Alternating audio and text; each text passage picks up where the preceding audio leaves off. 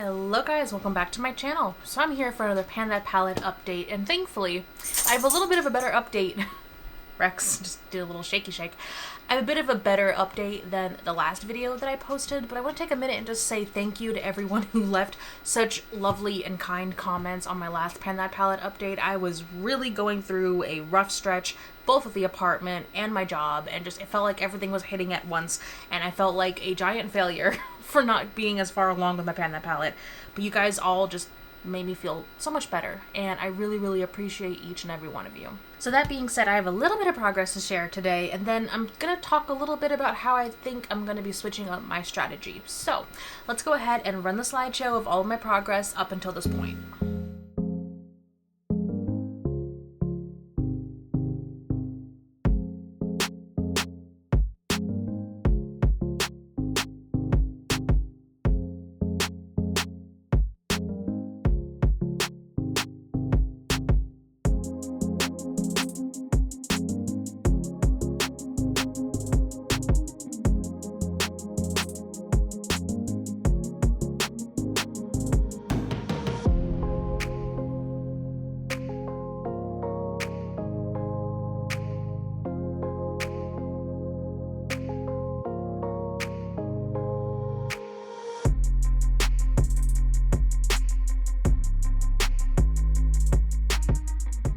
Alright, and this is the palette now.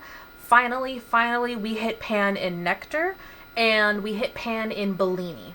So I've got some pretty good looking pan right there. So right now we have 6 pans.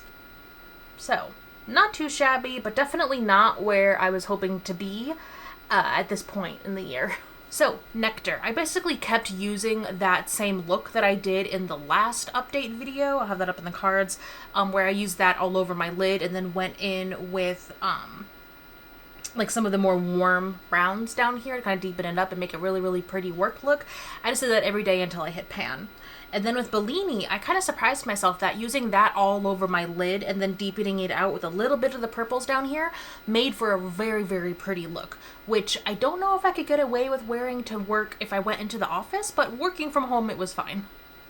And it looked really pretty, and I did that look every day until I hit little itty bitty pan right there in Bellini. Looking next, I've got a pretty good dip in Luscious, considering how much I've used it, and then also I had to swatch it a bit for my last video where I went and I found some good dupes for Luscious in my collection. If you missed that video, I'll throw it up in the cards. So I think the next shade I might hit pan in is going to be Luscious, but considering I just hit pan in Bellini and Nectar like in the last week, I haven't even thought about what my next steps are, so I want to talk about strategy. So I'm kind of thinking of switching and approaching this the same way I approached my Pan That Palette last year, where the goal is more so going to be hitting pan in every pan. So once I hit pan in something, I think I'm going to move on and stop using it, just so that even though by the end of this year, I don't think I'm going to be able to use up this whole palette like I really wanted to, but at the very least, I think I'm going to be able to hit pan in every shade by the end of the year. So that's how I'm thinking of approaching this. So these shades that I've already hit pan in, I kind of want to, hands off, move along from them and start working on the other shades, like Just Peachy, like Bless Her Heart that I'm wearing a lot on my lid today, and also by incorporating other pans and eyeshadow palettes from my collection. So like today, I combined the green shades in the peach palette with some of the green shades from the Venus XL2 palette, specifically Sage, and then I used the shade Myth all over my lid, and it is so pretty. The shades just work very nicely together, and while this might be too dark for like a daytime work time wear, it's very pretty. Another palette I want to bring in more often over the next month to use with this palette is the Kylie Peach Extended palette, because of course you have all these beautiful peach shades, and I'm thinking specifically of how I'm going to be using up like Just Peachy, and then moving over into like these darker purples and browns over here. I want to bring in other palettes that have like those shimmers or those transition shades that'll make moving into these darker shades a bit more manageable for my work life, because the only way I'm going to be able to hit pan on these is if I'm wearing them every day for work. So that's going to be the goal. So yeah, I'm feeling a lot more hopeful now in general, not just about the palette, but kind of about everything. Work has been getting incrementally better.